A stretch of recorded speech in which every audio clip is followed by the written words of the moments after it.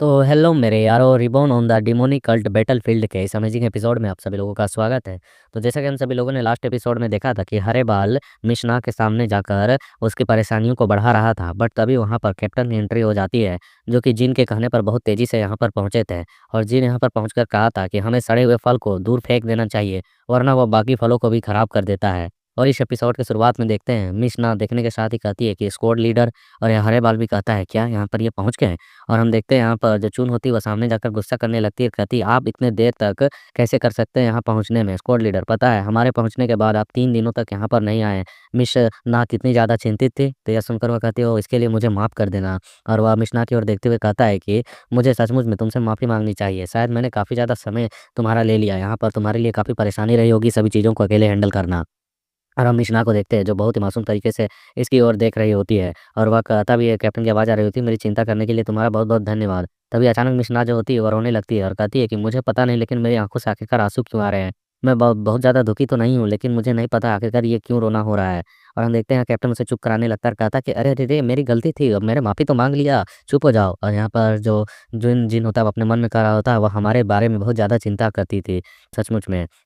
और वह एक और देखता है जहाँ इस तक आवाज़ आती है हरे बाल की, तो आखिरकार तुम यहाँ पर समय रहते लौटने में कामयाब रह ही गए। और वह इसके सामने जाकर गुस्से में कह रहा होता है कि ये इस बात से स्पष्ट मैं कर देना चाहूँगा कि भले ही तुम यहाँ पर बहुत ही मुश्किल से पहुँचे हो, रास्ते में कुछ भी तुम्हारे साथ हुआ हो, लेकिन यहाँ पर फाइट के समय में मैं डिले नहीं करना चाहूँगा। मुझे लड़ाई में बिल्कुल भी देरी की जो है वह पसंद नहीं है, कल हम ज़रूर लड़ेंगे। तो यह सुनकर यहाँ पर जिन अपना माथा खुजलाते हुए मतलब पीछे साइड आराम से चिल होकर खड़ा होता है। मैं वैसे बता दूँ कि अभी मैं आते वक़्त रास्ते में कुछ ख़ास मेहनत नहीं की है। इसलिए हम फाइट को करना चाहें तो अभी ही ख़त्म कर सकते हैं। मुझे यहाँ पर थोड़ी-सी भी आराम करने की आवश्यकता नहीं है। यह सुनकर वह कहता है कि क्या तुम यहाँ पर 1 घंटे के बाद मुझसे भी लड़ना चाहोगे थोड़ी देर में? अगर तुम्हारी यही बात है तो ठीक है, बेहतर होगा कि तुम यहाँ पर से बिल्कुल भी भागना मत। और यह कहकर वह पलटकर जाने लगता है तो जिन कहता है भागूँगा? मैं क्यों भागूँगा? भागेगा साला तू। और यहाँ पर उसे जाते हुए देख जिन अपने मन में कह रहा होता है मुझे पूरा यकीन है कि वह सीधे यहाँ पर अपने टीम लीडर माँ के पास जाएगा भागते हुए, और जितना हो सके उतने ज़्यादा लोगों को इकट्ठा करेगा और सभी लोगों के सामने मुझसे फाइट करेगा और मुझे शर्मिंदा करना चाहेगा। लेकिन मुझे भी तो यही चीज़ चाहिए, सभी लोगों के सामने सुनिश्चित किया जाए कि यह कमीना है और इसे ख़त्म किया जाए और यहाँ से हटाया जाए, इसे बाहर फेंका जाए। और हम देखते हैं यहाँ पर 1 घंटे बाद मतलब रात हो चुकी होती है और यहाँ पर ये अरीना पर आ चुके होते हैं, जहाँ पर नॉर्मल ग्राउंड वगैरह जगह है, जहाँ फाइटिंग प्रैक्टिस करते हैं।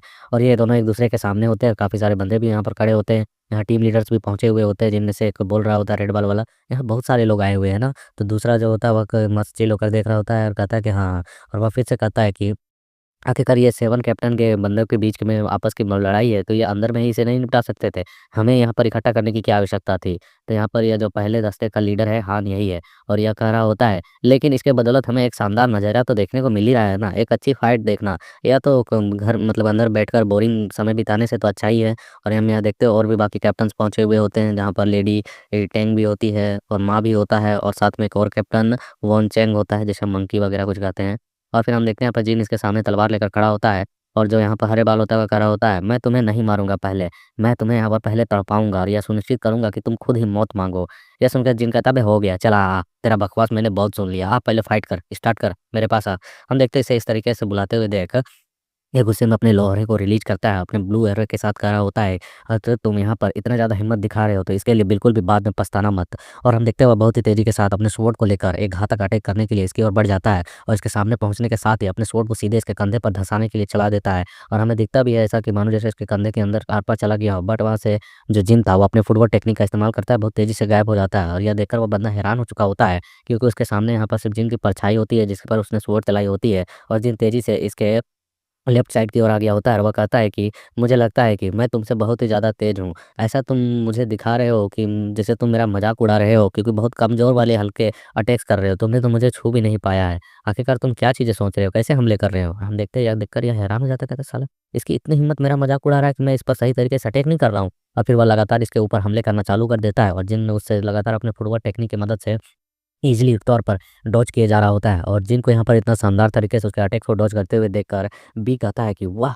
उसके फुटवर्क स्टेप को तो देखो, वह कितनी तेज़ी से यहाँ पर खुद को एक्टिवेट करके उसके अटैक से बच रहा है। और जिन यहाँ पर आसानी से मुस्कुराते हुए उसके अटैक से बचते हुए अपने मन में कहता है कि मैंने पिछले लाइफ में तुम्हारे द्वारा किए हुए स्वॉट टेक्निक्स को कितनी बार ना जाने देखा है। आखिरकार तुम्हारे अटैक से बच पाना, जबकि मेरी यहाँ पर क्यूआई पहले से ज़्यादा बेहतर हो चुकी है, तो यह मेरे लिए कोई बहुत बड़ी बात नहीं है। तुम मुझे यहाँ पर छू भी नहीं सकते हो।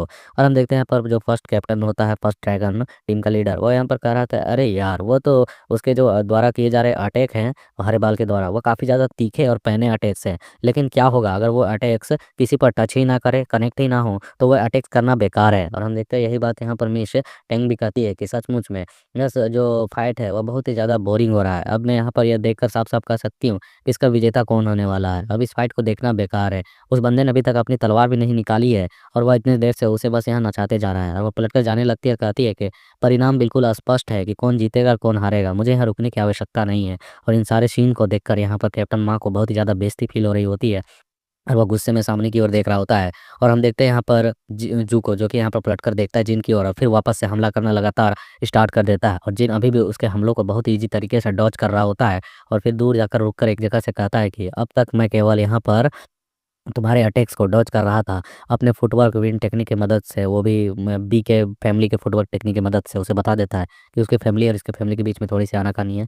और वह यहाँ पर कहता है कि अब मैं यहाँ पर रुकने वाला नहीं हूँ। अब मैं तुम्हें दिखाऊँगा अपनी फैमिली की 13th स्वॉट टेक्निक्स। और हम देखते हैं वह यहाँ पर अपने ऑरे को रिलीज़ करना चालू कर देता है, क्योंकि इसकी भी क्यूआई बहुत ज़्यादा बढ़ चुकी है। वो जैसे ही अपने 13 स्वॉट टेक्निक का इस्तेमाल करता है, एक जोरदार पर्पल अटैक सीधे इस हरे बाल की ओर बढ़ने लगता है। और हम देखते हैं कि यहाँ पर उसके अटैक्स की वजह से इसकी दुनिया हिल-सी जाती है।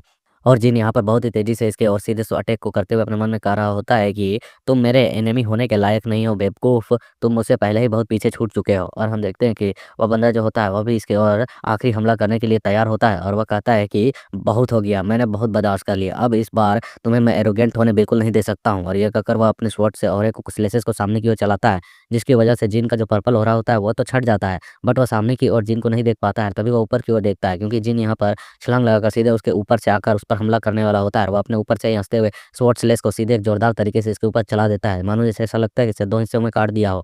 और यह देखकर सभी लोग हैरान भी हो चुके होते हैं। बट हम देखते हैं जिन ने वह जो अटैक चलाई होती है, वह बस उसे खत्म करने के लिए एक मतलब दूर से चलाया हुआ अटैक होता है, क्योंकि वह उस अटैक को डॉज नहीं कर सकता था। और फिर वापस से इससे अपने तलवार को इसके सर पर रख देता है और कहता है यहाँ पर कि खत्म हुआ खेल। और यह देखकर वो कहता है कि इम्पॉसिबल, असंभव, आखिरकार ऐसा कैसे हो सकता है। और जिन कहता है कि अब बेहतर होगा कि तुम यहाँ पर मेरी सेवा करो और अपने हार को एक्सेप्ट करो, समझ में आया मिस्टर जू। और उसके बाद फिर हमें थोड़ी देर बाद का सीन दिखाया जाता है, जहाँ राइटर के द्वारा और जिनके द्वारा बताया जा रहा होता है, जब फाइट का वो बंदा हार गया तो अपने कैप्टन के पैरों में गिरकर गिड़गिड़ा रहा था। लेकिन उस जैसे धूर्त कमीने को यहाँ से निकालना ज़रूरी था। इसलिए मेरे ऐसे हारने के बाद मैंने इनाम के तौर पर उसे यहाँ से बाहर निकाल कर फेंकने की रिक्वेस्ट की उसके टीम लीडर के द्वारा। और जब यहाँ पर ये सारी बातें हमारे कैप्टन ने उसके कैप्टन से की, तो यहाँ पर उसके कैप्टन ने इस चीज़ को ज़ाहिर तौर पर मान लिया, क्योंकि वह यहाँ पर हार चुका है, तो उसे यहाँ पर कुछ ना कुछ तो सज़ा मिलेगी ही। और इसीलिए उसने ऐसे सम्मान तरीके से एक्सेप्ट भी किया। और हमने जो है उस हरे बाल के साथ-साथ उसके बाकी जो चंगू-पंगू थे, उन्हें भी एक साथ बोरिया बिस्तर उठवा कर बाहर फेंकवा दिया। क्योंकि कोई ऐसा व्यक्ति जिस पर आप भरोसा नहीं कर सकते हैं, उस जैसे व्यक्ति का टीम में ना रहना बेहतर होगा रहने से। क्योंकि साला बात-बात में परेशानी खड़ा करते रहेगा, उससे बढ़िया है सड़े फल को उठाओ और बाहर फेंक दो। और उन्हें रास्ते के बाहर का रास्ता दिखाते हुए जिन काफ़ी खुश लग रहा होता है और कहता है कि जिस टीम पर आप भरोसा नहीं कर सकते, उस टीम को बिल्कुल भी अपने टीम में नहीं रखना चाहिए। और फिर हमें दिखाया जाता है अगले दिन का सीन, जहाँ पर ये बंदे नहा रहे होते हैं, मतलब अपने बाल-वूल झाड़ रहा होता है ये साला, यहाँ पर खुलेआम। और फिर हम देखते हैं यहाँ पर ये लोग मतलब स्ट्रेचिंग वगैरह कर रहे होते हैं, कपड़े वगैरह पहन रहे होते हैं। और यहाँ जो बेहोता हुआ कर रहा होता है, सचमुच में आखिरकार हम लोगों ने इतना ज़्यादा प्रैक्टिस कर लिया है। बी कहता है कि चलो भी अब हाथ-मुँह धोकर हम लोगों को यहाँ से थोड़ा-सा खुले में घूमने जाना चाहिए। तभी जिन नोटिस करता है कि उसके सामने एक लड़की आई हुई होती है, जो कि उसे अपनी ओर से कुछ लेटर और रुमाल दे रही होती है। और यह देखकर यहाँ पर हम देखते हैं जिन उसे एक्सेप्ट करता है और वह लड़की कह रही होती है, प्लीज़ आप इससे अपना पसीना पोंछ लीजिए। तो यह सुनकर वह कहता है जिनकी धन्यवाद योंग, उसका नाम वहाँ पर लेटर में भी लिखा हुआ होता है इसलिए। और यह सुनकर वह काफ़ी खुश हो जाती है और वह अपनी सहेलियों से जाकर कहने लगती है कि उसने मेरा नाम लिया, मुझे मेरा नाम लेकर बुलाया। और हम देखते हैं ऐसा होते हुए देख जिन यहाँ पर फ्लेक्स करते हुए कह रहा होता है, ओए है आखिरकार मैं सचमुच में एक बहुत ही गलत व्यक्ति हूँ।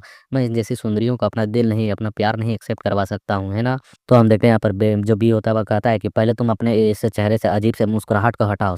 तुम सचमुच में यहाँ पर एक पापी व्यक्ति जैसे दिख रहे हो। और फिर यहाँ पर हम देखते हैं जो बे होता है वह कह रहा होता है, यह बहुत ही ज़्यादा अजीब है। तुम काफ़ी ज़्यादा ही फेमस हो चुके हो। हालाँकि तुमने अपना वज़न कुछ ही समय पहले ही कम किया है, लेकिन तुम्हारी इतनी ज़्यादा प्रशंसा क्यों हो रही है?